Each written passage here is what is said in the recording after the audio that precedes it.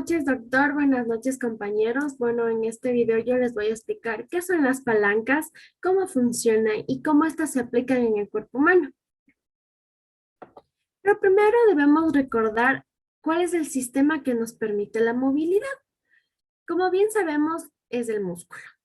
Este se divide en tres partes o en tres clasificaciones. Tenemos el músculo liso, el músculo estriado y el músculo cardíaco. El músculo liso se caracteriza por ser visceral, significa que lo encontramos en las vísceras, en este caso, por ejemplo, el estómago. El músculo estriado o esquelético lo encontramos en el esqueleto, ya lo dice su nombre. Y el músculo cardíaco lo encontramos en el corazón. Pero bien, vamos a adentrarnos más en qué son las palancas. Y primero debemos saber cómo estas funcionan, cómo se clasifican. Y un dato muy curioso es que las palancas son estructuras simples, ya que son prehistóricas. ¿Qué quiere decir esto? Es que vienen con el ser humano desde la prehistoria o época primitiva. Bien, vamos a ver que las palancas tienen lo que es potencia, resistencia o apoyo. El apoyo es o fulcrum. Estas se van a clasificar dependiendo de cómo estos tres puntos se ubiquen. Bueno, vamos a hablar de la clasificación de las palancas. Nosotros en la clasificación de las palancas tenemos de primer orden, de segundo orden y de tercer orden. Yo les voy a explicar las palancas de primer orden. Las palancas de primer orden, como podemos observar, son las que se encuentra el fulcrum, ya antes mencionado, o apoyo en la mitad, como está señalando el cursor.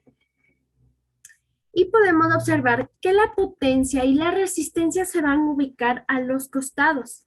Es como un sube y baja. Esta, en este caso, sería la viga, una viga rígida. Pero vamos a ver un ejemplo y en este caso tenemos el de la cabeza. Aquí podemos observar que el fulcro normalmente se utiliza en articulaciones. Aquí tenemos las articulaciones de las vértebras. Y aquí está nuestro fulcrum de color morado para una mejor explicación. La potencia va a ser la que se utiliza en los músculos y está representada por la flecha roja. Mientras que la resistencia podemos ver que es el propio peso de la cabeza. Muy bien, siempre la resistencia va a ser el peso. Yo les voy a explicar también cómo funcionan las palancas de segundo orden. En este caso tenemos que las palancas de segundo orden se encuentra el fulcro en el extremo, como podemos observar aquí. La resistencia va a ser la que se encuentra en la mitad, es decir, el peso. Y la potencia tenemos en el otro extremo. Aquí tenemos el ejemplo de un miembro inferior. Como podemos ver, el fulcro se va a ubicar en la punta de los pies. La resistencia va a ser en la mitad y este va a ser el peso que ejerce. Y la potencia va a ser los músculos que ayudan al movimiento. También les voy a explicar lo que es las palancas de tercer orden, que es la última clasificación de las palancas. En este caso, también podemos ver que el fulcro se encuentra en el extremo, pero la diferencia de las de segundo orden es que la potencia va a ser la que se ubica en la mitad y la resistencia va a ser el otro extremo.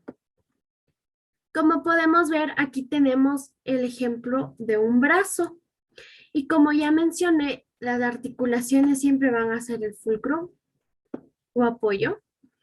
Y esta está de color morado para una mejor explicación. Y aquí tenemos que la resistencia va a ser el peso que se va a levantar. Aquí tenemos el peso. Y la potencia siempre va a ser ejercida por los músculos. ¿Sí? Entonces, bueno, aquí podemos ver que la articulación del codo es el fulcrum. Bueno, yo para un mejor aprendizaje he decidido hacer un ejemplo de cómo estas palancas se aplican en el ser humano. Y yo he decidido tomar un ejemplo de comparación.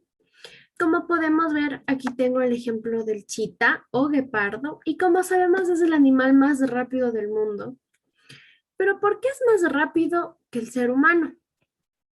Aquí podemos ver que tenemos palancas de segundo orden,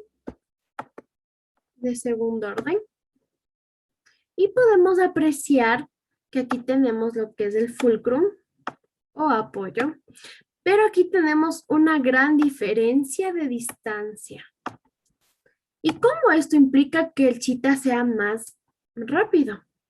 Pues bien, al nosotros estar en una posición de impulso o trote, podemos ver que la distancia es mayor. ¿Qué significa esto?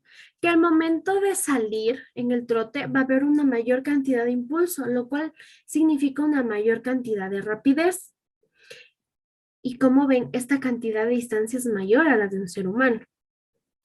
Entonces, cada que asiente la pata va a hacer que agarre más distancia, más rapidez por una mayor cantidad de impulso. A comparación del ser humano, pues no va a ser así. Y pues bien, esta ha sido mi explicación de las palancas, de cómo éstas se relacionan, cómo éstas se clasifican y también cómo éstas se aplican en el cuerpo humano. Bueno, muchas gracias por su atención y espero que todo haya quedado claro.